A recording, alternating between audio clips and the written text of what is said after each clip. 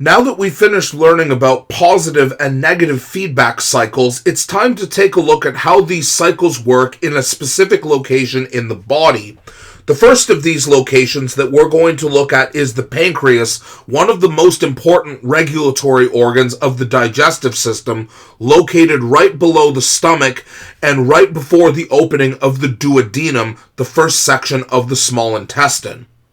Now, one of the functions of the pancreas is actually in pH regulation, which actually works in tandem with the stomach. So because the stomach releases a large amount of HCl in order to aid in the digestion of protein, it's very important that the pancreas neutralizes this HCl after it leaves the stomach. So after digestion in the stomach is complete, the HCl as well as all of the digested food is pumped out of the stomach into the duodenum, but because the duodenum lacks the protective structures that are found in the stomach, a lot of the proteins found in the intestine are at great risk of denaturation. So the HCl, upon entering the duodenum, sends a signal to the pancreas in order to get it to release a base, NaHCO3, or sodium hydrogen carbonate. So for those unaware, hydrogen carbonate, because of its negative charge, has the ability to remove one of the H plus ions from H3O plus found in acid, thereby producing the acid form, carbonic acid, and water. And the fact that we have converted HCl, or H3O plus from acid rather, into water shows that the function of this NaHCO3 is in neutralization of the acidic pH that exists within the stomach. So this is the pancreas's rather simple example of how it regulates pH using homeostatic feedback. But the more interesting feedback cycle that we want to look at is how the pancreas uses a pair of hormones in order to regulate the amount of glucose that exists in blood. Now, one of these hormones is very famous because there's a genetic disease that occurs when this hormone is not produced or doesn't function properly, and that hormone is what we call insulin. But few people know that insulin actually has a counterpart hormone that has the opposite effect, which is a hormone that we call glucagon.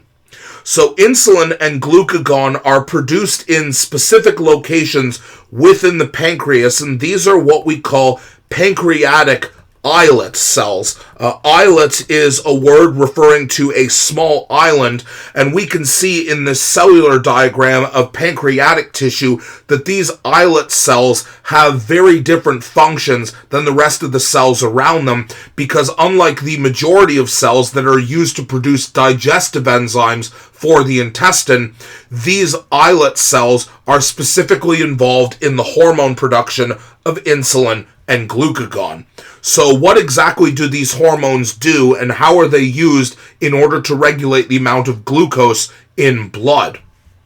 Well, if we take a look at insulin first, the stimulus, that word's going to come back in a second, that triggers the pancreas to produce insulin is when the glucose concentration within blood is disproportionately high. This means that your blood has a large amount of glucose flowing through it. Now, eventually, some of this glucose is going to enter the pancreas and trip receptor proteins that are found on the beta islet cells, and this is the signal that tells these beta islet pancreatic cells in order to start producing insulin and releasing it into the blood.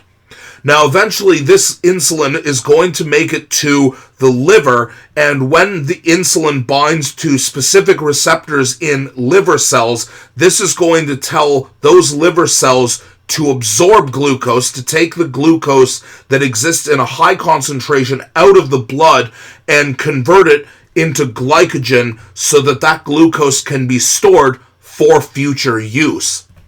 Now, eventually, this means that as we take glucose out of the blood and convert it into glycogen, that means that overall the concentration of glucose is going to drop overall, and therefore we can see that high glucose is no longer present, and when this high glucose concentration isn't present, that means that glucose molecules won't be able to stimulate the receptors in the pancreatic islet cells, and no insulin would be produced anymore. More on this later.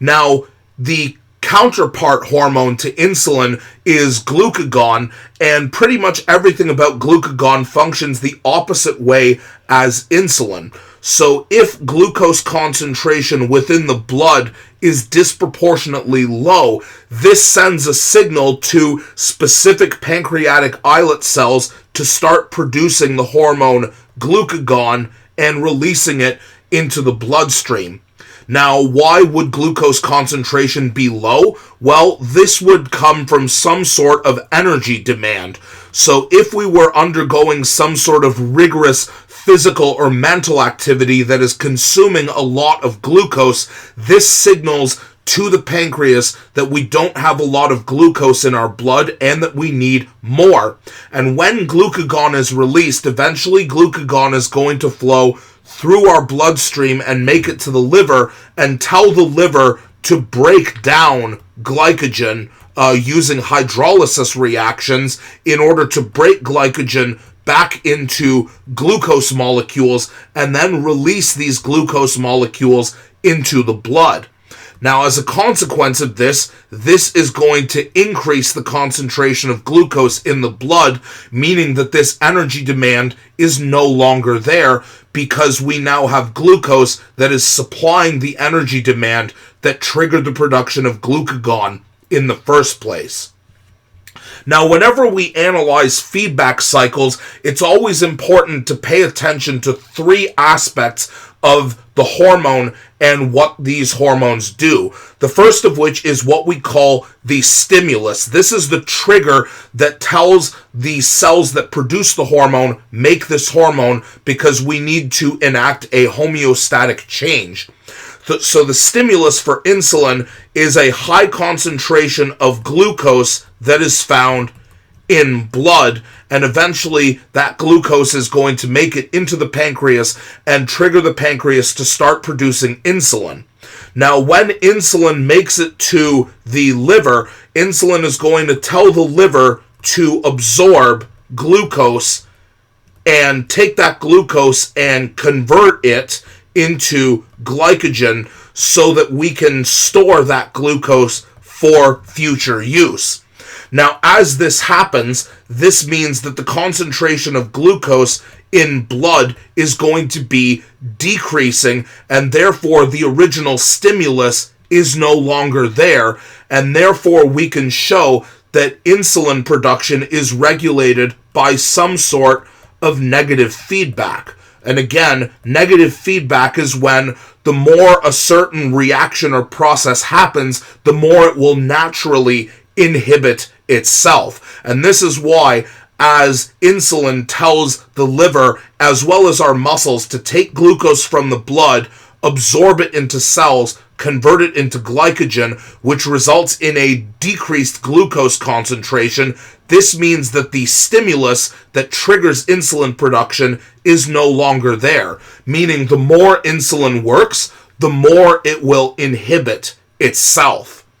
So if we work through the same exercise with glucagon, glucagon's stimulus starts with some sort of energy demand, meaning that our blood is going to have a low concentration of glucose, and this is going to trigger the pancreas to start producing glucagon, which signals to the liver as well as our muscle cells, anywhere where we have glycogen, and initiate a breakdown or a hydrolysis reaction of glycogen in order to get glucose and take this glucose and pump it into our blood, thereby increasing the concentration of glucose in our blood and allowing it to be transported around the body in order to meet this energy demand. Now, if we no longer have a low concentration of glucose, and if this glucose is going to meet the energy demand that we have, that means that this high concentration of glucose is removing the original stimulus. It's solving our lack of glucose and the demand that our body has for energy, which means that this process is going to be inhibiting itself. So we have here yet another example of negative feedback regulating or allowing glucagon to regulate itself. This concludes our video series looking specifically at how the pancreas is involved with homeostatic regulation. To test your knowledge, you can take a look at this case study that focuses on one form of diabetes, which is a genetic disease in which the insulin feedback system does not work properly. So see if you can use your knowledge of the insulin and glucagon regulation in order to see the problems that diabetes would cause.